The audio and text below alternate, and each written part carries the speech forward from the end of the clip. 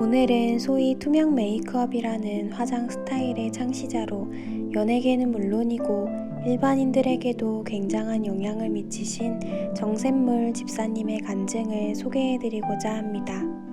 집사님은 올해로 30년째 아티스트 일을 하고 계십니다.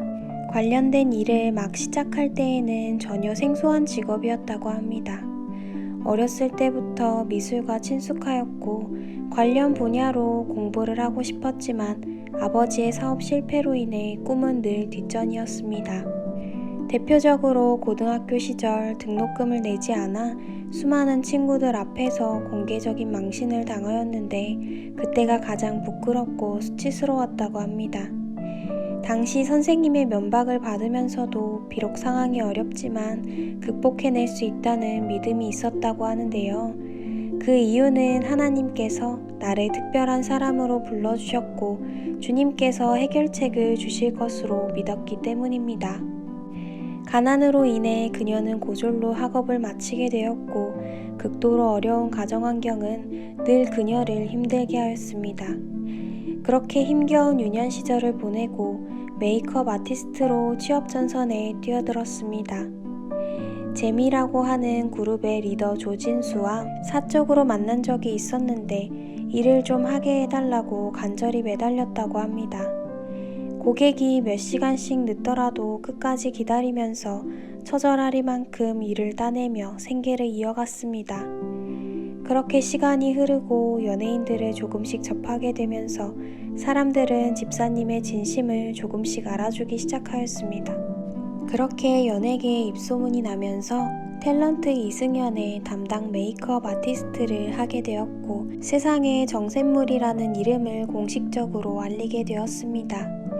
당시 입술을 도드라지게 강조하는 화장법을 개발하게 되었는데 90년대 모든 여성이 이 메이크업을 따라할 정도로 히트를 쳤다고 합니다. 이후 관련 업계에서 일이 물밀듯 쏟아졌고 월급이 20배 수직 상승하여 가장 비싼 페이를 부르는 메이크업 아티스트가 되었습니다. 정샘물 집사님은 결혼을 일찍 하셨습니다.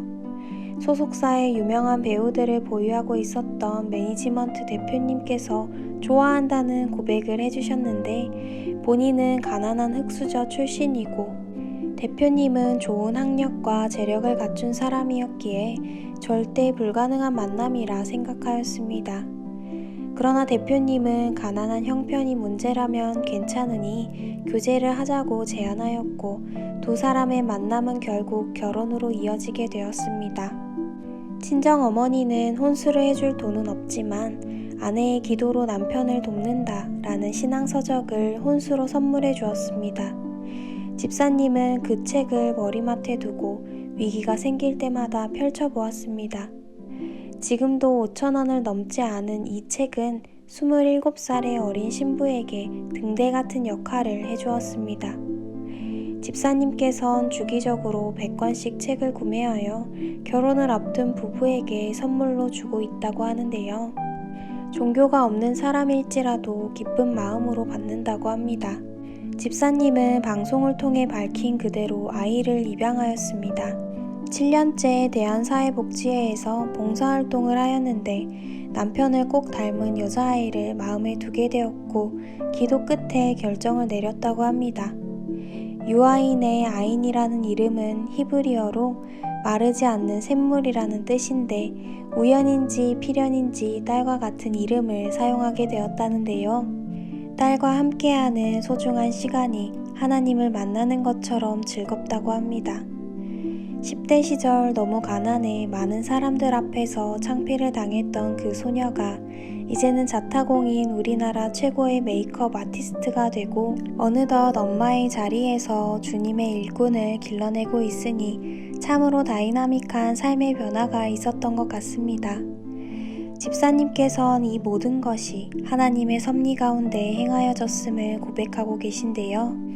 끝으로 입양을 한 딸 유아인에게 엄마로서 전하는 메시지를 소개해드리며 간증을 마치도록 하겠습니다. 즐거운 하루 보내세요. 하나님께서 준비해주신 아주 아름답고 예쁜 딸 아이나, 엄마는 태어나서 살아온 날 중 가장 행복한 시간을 보내고 있어. 너무 사랑하고 우리 딸이 하나님의 귀한 복의 통로가 되어 사람을 위로하고 회복시키는 귀한 섬김을 하길 바래. 엄마랑 아빠는 그런 하나님의 뜻을 받아서 사명대로 잘할 수 있도록 열심히 노력할 거야. 나중에 우리 아이니가 커서 아이니를 낳아준 엄마를 만나고 힘든 상황이 온다고 하더라도 그 순간을 잘 극복할 수 있도록 옆에서 든든히 지켜줄게. 지금처럼 예쁘고 건강하게 자라주렴. 사랑한다, 아이나.